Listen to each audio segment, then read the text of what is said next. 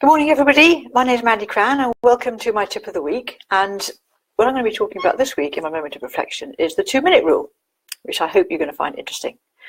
So I've been doing these tips for about 4 years now. What I'm really trying to do is to help people see the world in a different way, see things from a different perspective, because so often we get stuck in a rut and we can't see our way out of that rut. And so I want to make you think differently, see the world a bit differently, and hopefully help you move forward in some areas in your life. As we go through, please do like it and share. I haven't been doing this very long, so any shares would be much appreciated. And please feel free to follow me on my Facebook page as well. So, the 2-minute rule. How often do we go through life looking at all that stuff that we have to do and just feeling completely overwhelmed with the amount of jobs and tasks and things we have to do? And I'm sure we've all been there. And the problem is that we can spend more time thinking about doing the job than actually doing the job. And life moves so fast these days, the expectations on us, particularly as women, especially if we're working and we've got a family, the expectation is that we're going to be perfect both at work and at home. We're going to get everything done and we're going to be absolutely awesome. And the reality is that something has to give at some point. And that's when we start to get stressed and start to feel guilty and so on. And so the 2-minute rule is actually really, really useful. I found it a few years ago now, and I've been using it or developing it a bit ever since. And the 2-minute rule is really, really simple. Essentially, it says, if you can do something in 2 minutes, do it now. Now, there are two parts to that.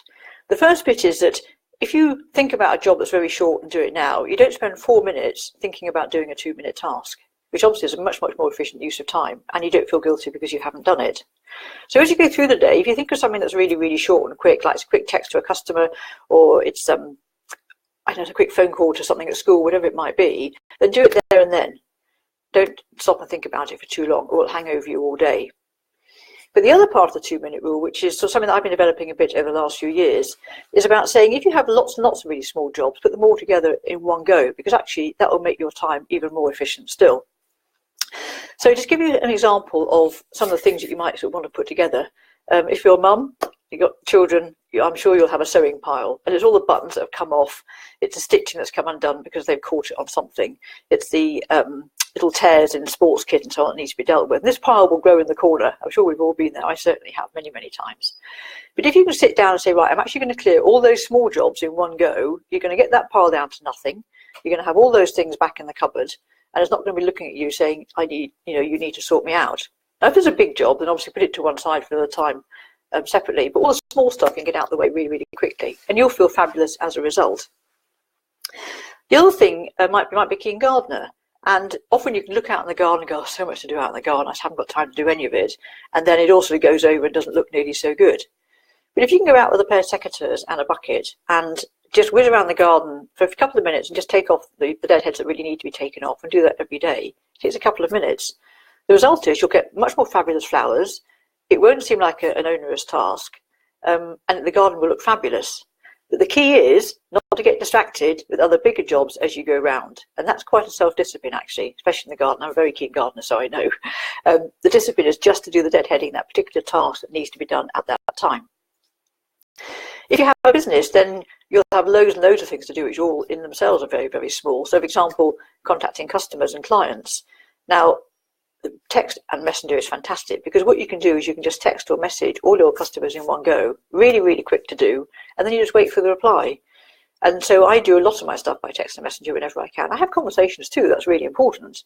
But also I use text a lot, and that is a really good time-saving measure. You might have things like social media to put out. Now, social media takes a lot of time in a small business. And so if you can schedule all that in one period, say on a Sunday afternoon after tea, which is when I do, and I do it for the whole week, then I don't have to worry about it the rest of the week. I just know it's all going to happen. Because individually, each of those posts is very short. But if you do it every day, it takes ages. So sit down, do it in a one-er, and it's much, much more time efficient. So I hope you found that helpful. I'm sure there's lots of other examples that you can think of where that applies. So think about doing the 2 minutes literally as you think about it. If it's a very short job, get it done there and then. And also think about compiling those 2-minute jobs into one blitz session. So perhaps once a week, something like that. Accounts is a classic example where doing it just once a week actually would be extremely efficient, not at the end of the year. That's not the best way to do it. So I hope you found that useful. In case I haven't met you yet, my name is Mandie Cran, and people come to me when they realise that they need to make changes in their life if they're going to have better health and quality family time in the years ahead. And what I see so often is mums coming to me who feel guilty. So it might be the working mum who feels guilty because she's not watching the children in the school matches, not seeing them in the school shows. Or it might be the stay-at-home mum who feels guilty because she can't buy the lovely Christmas presents she would like to for her children. So what I'm doing for a limited session is I'm offering a Ditch the Guilt clarity session for mums. And what we'll do during that session is we'll find out why you're feeling guilty, what the hidden triggers are, because it might not be quite what you're thinking, how to move forward, and you'll take away an action plan to help you be more guilt-free in the future. If you'd like to sign up for that, it's just a limited period of time, go to my Facebook page and just click on the Ditch the Guilt session on the left and choose a slot. So next week, I'm going to be talking about taking risk. And as you know, with me, it's going to be a little bit different from what you thought it might have been. So I look forward to seeing you. Please do join me next Friday at 10 o'clock live on Facebook. Have a great week.